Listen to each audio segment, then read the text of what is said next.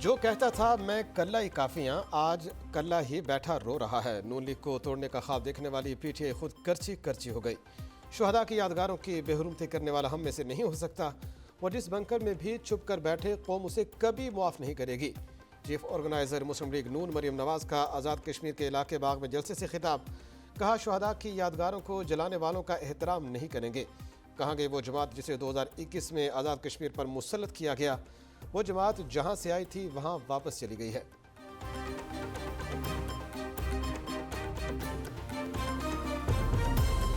اگر عدالت سمجھتی ہے پی ٹی آئی پر پابندی ہونی چاہیے تو خس کم جہاں پاک پی ٹی آئی نے ریاستی اداروں پر حملہ کیا، آرمی ایکٹ تو حرکت میں آئے گا۔ سربراہ پی ڈی ایم مولانا فضل الرحمان کی تحریک انصاف پر وار، کہتے ہیں الیکشن کب ہوں گے اس کا فیصلہ پی ڈی ایم متفقہ طور پر کرے گی۔ دیکھنا ہوگا ملک کو نئے ہنگاموں کے بھین چڑھانا ہے یا معیشت کو کھڑا کرنا ہے۔ تحریک انصاف سے مذاکرات نہیں پہلے کر رہے تھے نہ اب کریں گے۔ مولانا فضل الرحمان کی وزیر اعظم شہباز شریف سے بھی ملاقات، سیاسی معاشی صورتحال آئینی معاملات پر تبادلہ خیال کیا گیا۔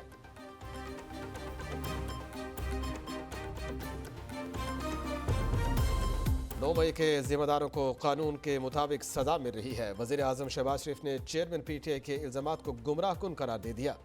ٹویٹر پیغام میں لکھا، عمران نیازی بڑی مہارت سے جھوٹی باتوں اور غلط بیانی سے گمراہی پھیلا رہے ہیں۔ 9 مئی کے واقعات کو انسانی حقوق کی پامالی کے طور پر پیش کرنا بیرونی تجزیہ کاروں کو دھوکہ دینا ہے۔ 9 مئی کو ریاست پر حملہ آور ہونے کا قابل مذمت اقدام بدنیتی اور ناپاک عزائم پر مبنی تھا۔ کوئی بھی ملک اپنی سالمیت پر ایسا حملہ برداشت نہیں کرے گا۔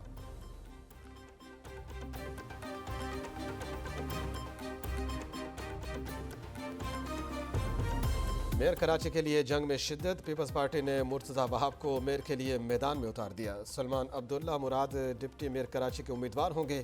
سندھ میں ضلع کونسل کے چیئرمینز اور وائس چیئرمینز کے ناموں کا بھی اعلان۔ میئر حیدرآباد کے لیے کاشف شورو کے نام کا انتخاب۔ چیئرمین پیپلز پارٹی بلاول بھٹو کی تمام نامزد چیئرمینز اور ڈپٹی چیئرمینز کو مبارکباد۔ میئر کے لیے نامزدگی پر مرتضی وہاب پارٹی قیادت کے شکر گزار، کہتے ہیں کراچی میری رگوں میں بستا ہے۔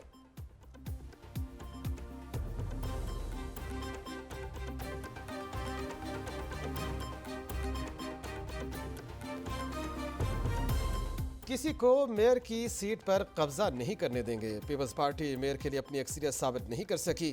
میئر جماعت اسلامی کا ہی ہوگا۔ امیر جماعت اسلامی کراچی حافظ نعیم الرحمان ڈٹ گئے، کہتے ہیں پیسوں سے خرید و فروخت کرنے والوں کو کامیاب نہیں ہونے دیں گے۔ بلدیاتی انتخابات میں کس طرح سیٹیں چھینی گئی سب کو پتہ ہے۔ دوسری طرف کراچی کے حکمران کا فیصلہ 15 جون کو ہوگا۔ پیپلز پارٹی کے مرتضی وہاب اور جماعت اسلامی کے حافظ نعیم الرحمان آمنے سامنے۔ پیپلز پارٹی 155 نشستوں کے ساتھ سب سے بڑی جماعت، P T I Jamaat Islami کی حمایت کا اعلان کر چکی ہے۔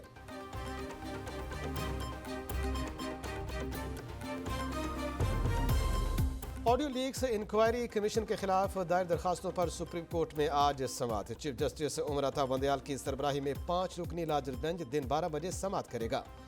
جسٹس اعجاز الحسن، جسٹس منیب اختر، جسٹس حسن اظہر رضوی اور جسٹس شاہد وحید بینچ میں شامل۔ اٹارنی جنرل سمیت دیگر فریقین کو نوٹس جاری۔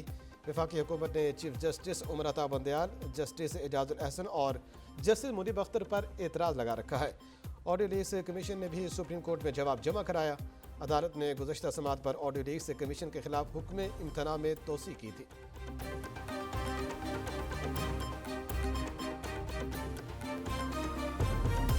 امریکی ڈالر پاکستانی روپے پر پھر بھاری پڑ گیا۔ اوپن مارکیٹ میں ڈالر 1، 2، 4 نہیں اکٹھے 8 روپے مہنگا، 308 روپے کا ہو گیا۔ انٹر بینک میں ڈالر کی قدر میں 51 پیسے اضافہ، 286 روپے 19 پیسے پر بند ہوا۔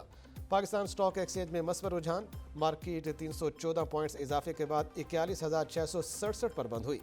سونا 1,000 روپے سستا ہو کر 2,30,400 روپے فی تولہ ہو گیا۔